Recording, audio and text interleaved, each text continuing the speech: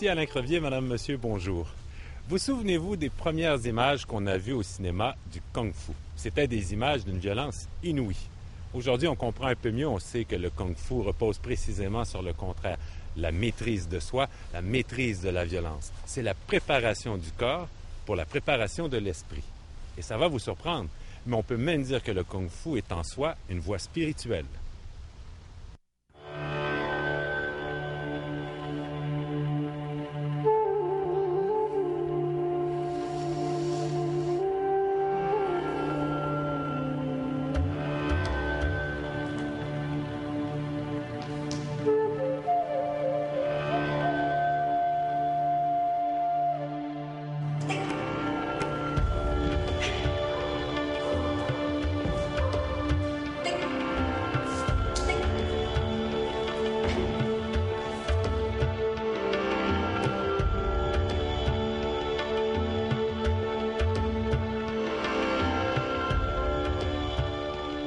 Mon nom, c'est Gabrielle Boudreau.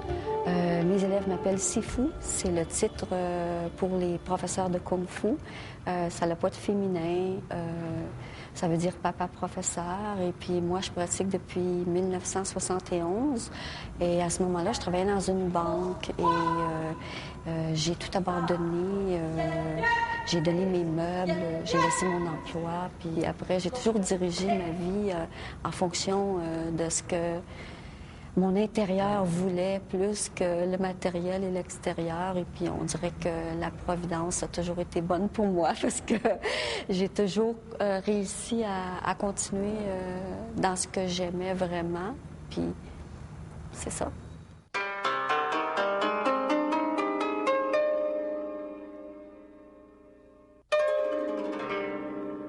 Dans la philosophie orientale, on croit beaucoup à la réincarnation. On croit beaucoup à une destination qu'on appelle ça, on indique par le mot karma. Okay? Et ainsi, on essaie toujours de chercher de comprendre son karma et de suivre son karma. Parce que si vous suivez votre karma, vous avez une vie beaucoup plus facile, à l'aise, ça vous favorise, comme vous nagez avec le courant. Mais si vous vivez contre votre karma, comme vous nagez contre le courant d'eau. Ainsi, dans notre philosophie, là, okay, on cherche sa voie. Chaque personne a une voie personnelle, une voie à suivre ou à remplir ou à accomplir.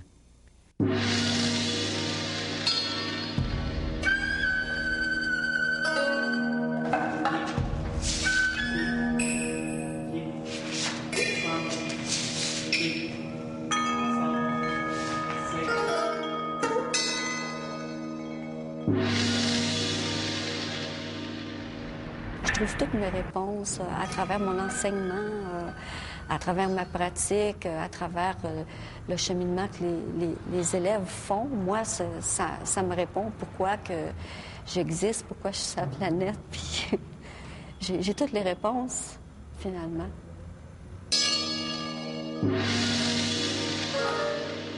Dans le Kung Fu, on a établi la règle des 3 M.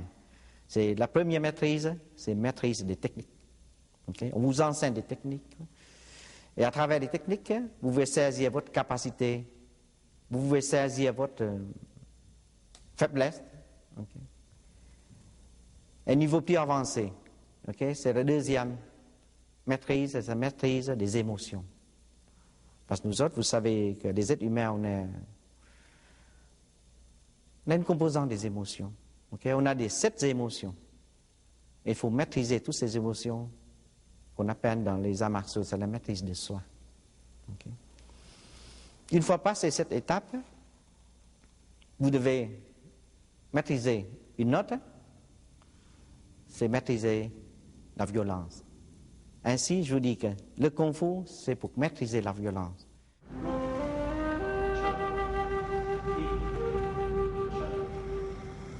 L'origine des mouvements qui ont donné naissance au Kung-Fu remonte à la nuit des temps. Mais c'est avec la venue en Chine d'un prêtre indien du nom de Bodhidharma au VIe siècle que se jeta les bases du Kung-Fu pratiqué de nos jours.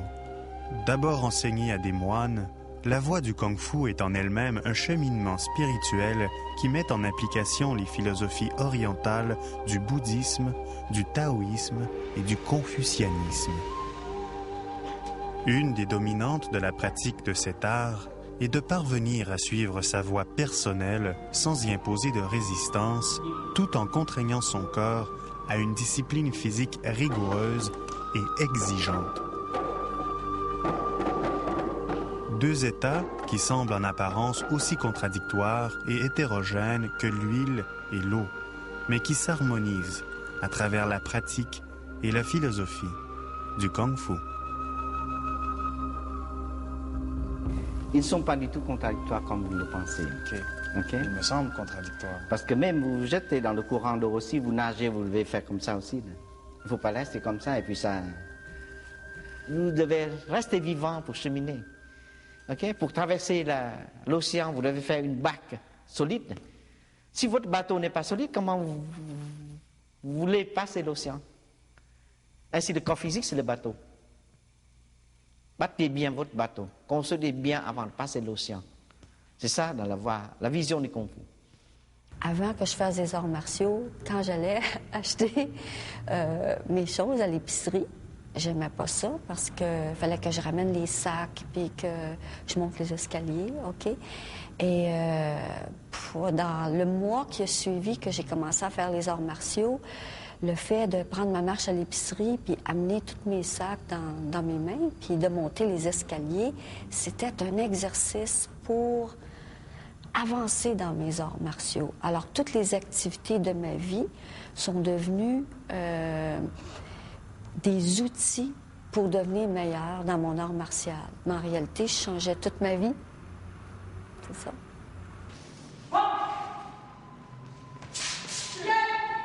Tu prends conscience de ce que tu fais dans le moment présent. C'est plus une présence. J'aime mieux le mot présence que concentration. C'est fluide, dans le fond. C'est de suivre l'instant qui est toujours en mouvement, qui ne s'arrête pas.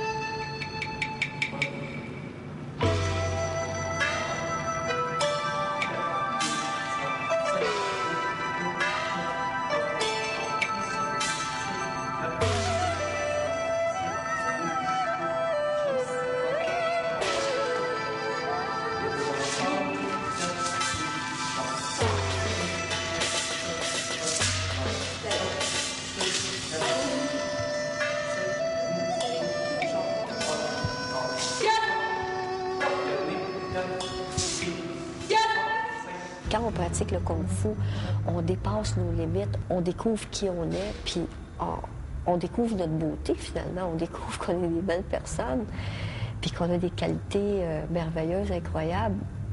Et puis, on ne peut pas faire autrement que d'apprendre à s'aimer encore plus, puis d'avoir confiance en soi. C'est automatique.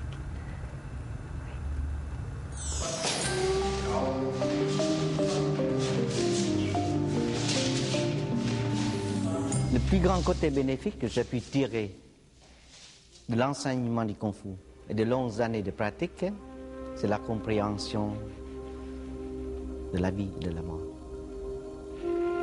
Ça, c'est quelque chose, pour certaines personnes, c'est ésotérique. Pour certaines personnes, c'est difficile à comprendre.